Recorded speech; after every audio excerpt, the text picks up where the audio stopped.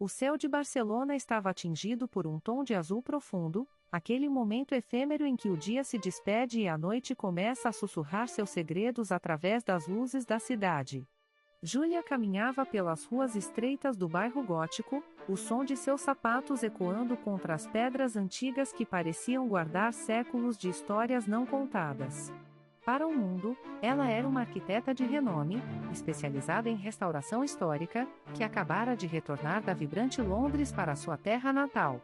Para si mesma, ela era apenas uma mulher tentando encontrar os pedaços de um coração que havia sido deixado para trás há 20 anos.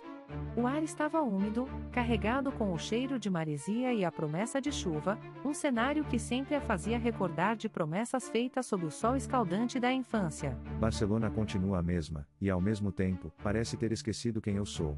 Talvez seja melhor assim. Reconstruir o que foi quebrado é mais fácil quando não há fantasmas observando. Ela parou diante de um antigo edifício cujas janelas estavam cobertas por tapumes. Aquele era o seu novo projeto, a restauração de uma antiga biblioteca privada que guardava manuscritos raros do século XIX. Ao entrar, a poeira dançava nos feixes de luz que atravessavam as frestas, e o silêncio era quase reverencial. Júlia não percebeu que não estava sozinha até que o som de uma página sendo virada quebrou a quietude do lugar. No canto mais afastado, cercado por pilhas de livros e plantas arquitetônicas, estava um homem. Ele não a viu imediatamente. Ele estava concentrado, com os óculos pendurados na ponta do nariz e uma expressão de profunda melancolia que parecia ser sua companhia constante. O destino é um mestre paciente. Ele aguarda nas sombras, movendo as peças com uma precisão que a lógica humana jamais poderia compreender. Quando o homem levantou o olhar, o tempo parou. Os batimentos cardíacos de Júlia falharam uma nota. Aqueles olhos castanhos, cercados por cílios longos que ela costumava desenhar em seus cadernos escolares, eram inconfundíveis. Era Mark. O menino que a ensinou a andar de bicicleta, o adolescente que prometeu amá-la para sempre antes de sua família ser forçada a se mudar para o outro lado do continente devido à crise financeira que assolou seus pais. Você chegou cedo. A prefeitura informou que a arquiteta responsável só viria amanhã pela manhã. A voz dele era mais grave do que ela se lembrava, mas a cadência era a mesma. Ele ainda não a havia reconhecido. Para ele, ela era apenas uma profissional enviada para supervisionar seu trabalho de consultoria histórica. Júlia sentiu um aperto no peito, uma mistura de alívio e uma dor aguda e latejante. O voo adiantou e eu não consegui esperar no hotel. Gosto de sentir a alma do lugar quando ele ainda está em repouso. Eu sou Júlia, a nova responsável pelo projeto. Mark travou. O nome, pronunciado com aquele sotaque que ele acreditava ter enterrado na memória, agiu como um gatilho. Ele se levantou lentamente, a cadeira raspando no chão de mármore, produzindo um som estridente que parecia ecoar por todo o bairro. Ele caminhou em direção a ela, parando a uma distância que era ao mesmo tempo respeitosa e carregada de uma atenção elétrica. Ele a estudou, procurando pela menina de 10 anos que tinha uma cicatriz no joelho e riso fácil. Júlia? Não pode ser. O mundo é grande demais para que os caminhos se cruzassem justamente aqui, neste prédio em ruínas. Às vezes o mundo é minúsculo, Mark. Ou talvez a cidade tenha se cansado de nos ver longe um do outro. Faz 20 anos. Eu quase não reconheci você sem o cabelo bagunçado e os joelhos ralados. Um sorriso triste e genuíno apareceu no rosto de Mark. Ele desviou o olhar por um segundo, tentando processar o turbilhão de emoções que o atingia como uma onda violenta na costa da Barceloneta. Ele havia passado anos imaginando esse reencontro, mas em seus sonhos, eles eram jovens e a vida ainda não os tinha endurecido. Eu nunca parei de procurar por você. Por muito tempo, cada vez que o telefone tocava ou alguém batia à porta da minha antiga casa, eu esperava que fosse uma carta sua. Mas o tempo passa, e a gente aprende a viver com o silêncio. Por que você nunca escreveu, Júlia? Minha mãe ficou muito doente logo depois que saímos. A vida se tornou uma batalha diária pela sobrevivência. Quando finalmente tive coragem de olhar para trás, achei que você já teria seguido em frente, que eu seria apenas uma lembrança vaga de uma infância distante. Eu não queria ser o peso que te impediria de voar. Mark se aproximou mais um passo. O cheiro dela, uma mistura de baunilha e o frescor da chuva, trouxe de volta todas as tardes que passaram escondidos no parque, jurando que nada os separaria. Você nunca foi um peso. Você era a âncora que me mantinha no lugar. Trabalhar nesta biblioteca tem sido meu refúgio, mas agora percebo que eu estava apenas esperando por este momento. Mas as coisas mudaram, Julia. Eu mudei. A cidade mudou. O tom de Mark tornou-se subitamente profissional, uma máscara que ele usava para se proteger. Ele apontou para os mapas sobre a mesa. O reencontro emocional deu lugar à realidade do trabalho, mas a eletricidade entre eles continuava ali, vibrando em cada palavra não dita. Durante as semanas seguintes, os dois trabalharam lado a lado.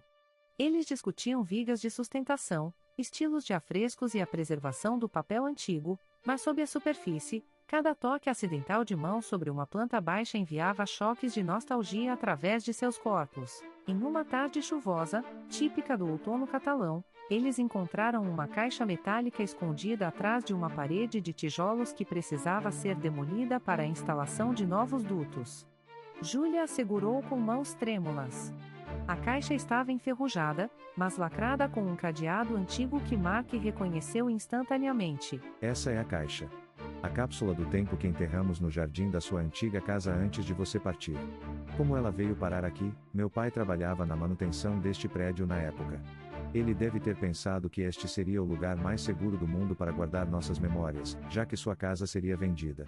Ele nunca me contou. Com uma ferramenta, Mark forçou o cadeado.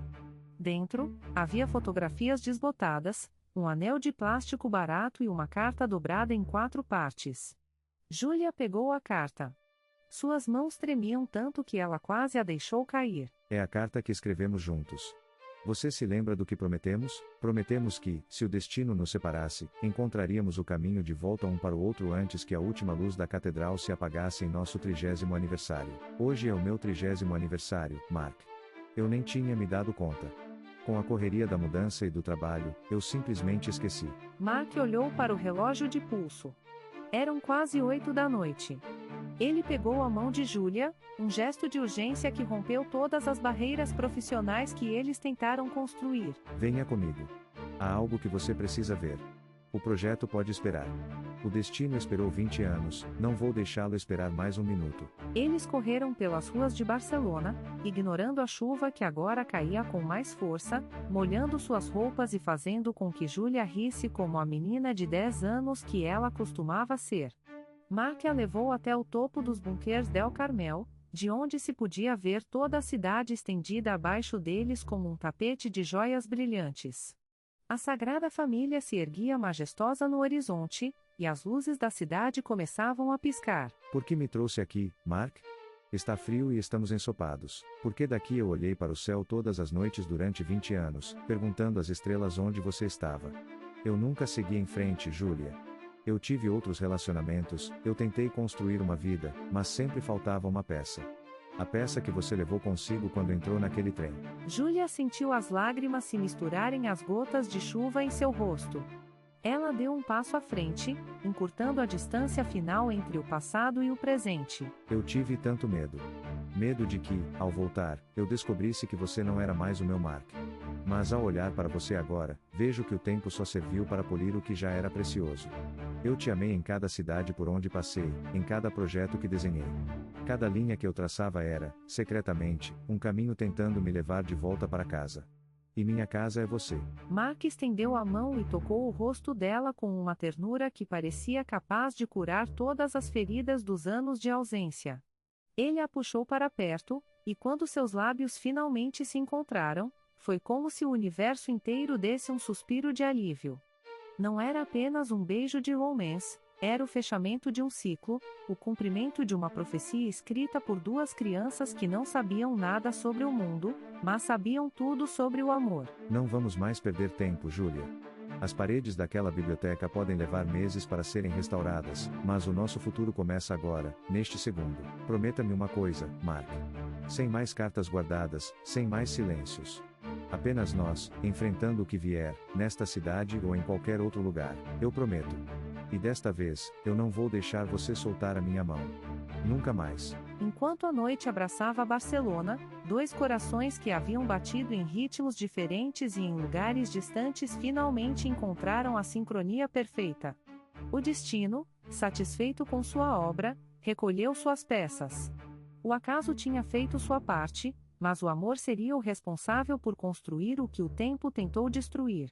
Nas sombras do bairro gótico e sob as luzes da cidade eterna, Júlia e Mark caminharam juntos, não mais como fantasmas do passado, mas como os arquitetos de um novo e brilhante destino. Dias depois, a restauração da biblioteca continuava, mas o ambiente havia mudado.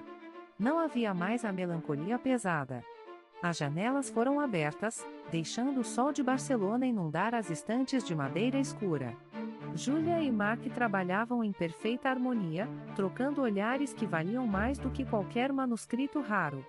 Eles descobriram que o amor recuperado não é o mesmo amor da infância, ele é mais forte, temperado pelas dificuldades e pela paciência da espera. Sabe o que é o mais engraçado nisso tudo, Mark? A carta que encontramos na caixa. Eu nunca cheguei a ler o que você escreveu na sua parte. Você a dobrou antes que eu pudesse ver. Eu escrevi que, não importava quanto tempo passasse, eu estaria esperando por você no lugar onde o sol toca o mar primeiro em Barcelona. Eu escrevi que meu amor por você era a única verdade absoluta na minha vida, e você cumpriu a promessa. Você estava lá, em cada esquina, em cada lembrança. Eles se abraçaram no meio da biblioteca em obras, cercados por andaimes e pelo cheiro de serragem e história. O som da cidade lá fora era apenas um ruído de fundo para a música que tocava em seus corações.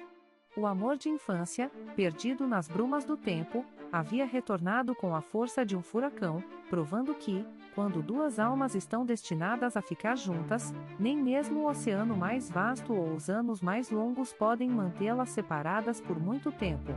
Barcelona testemunhou o reencontro e agora, guardava a promessa de um felizes para sempre que estava apenas começando. Em meio às ruas históricas do bairro gótico e às paisagens deslumbrantes da cidade espanhola, eles precisam decidir se o destino os uniu por acaso ou se é hora de cumprir a promessa feita há 2 décadas. Uma história emocionante sobre perdas, reencontros e o poder invencível do primeiro amor, com reviravoltas intensas e uma atmosfera cinematográfica de dorama, acompanha a jornada de 2 corações que se perderam no mundo, mas se encontraram na essência um do outro sob o céu da Catalunha.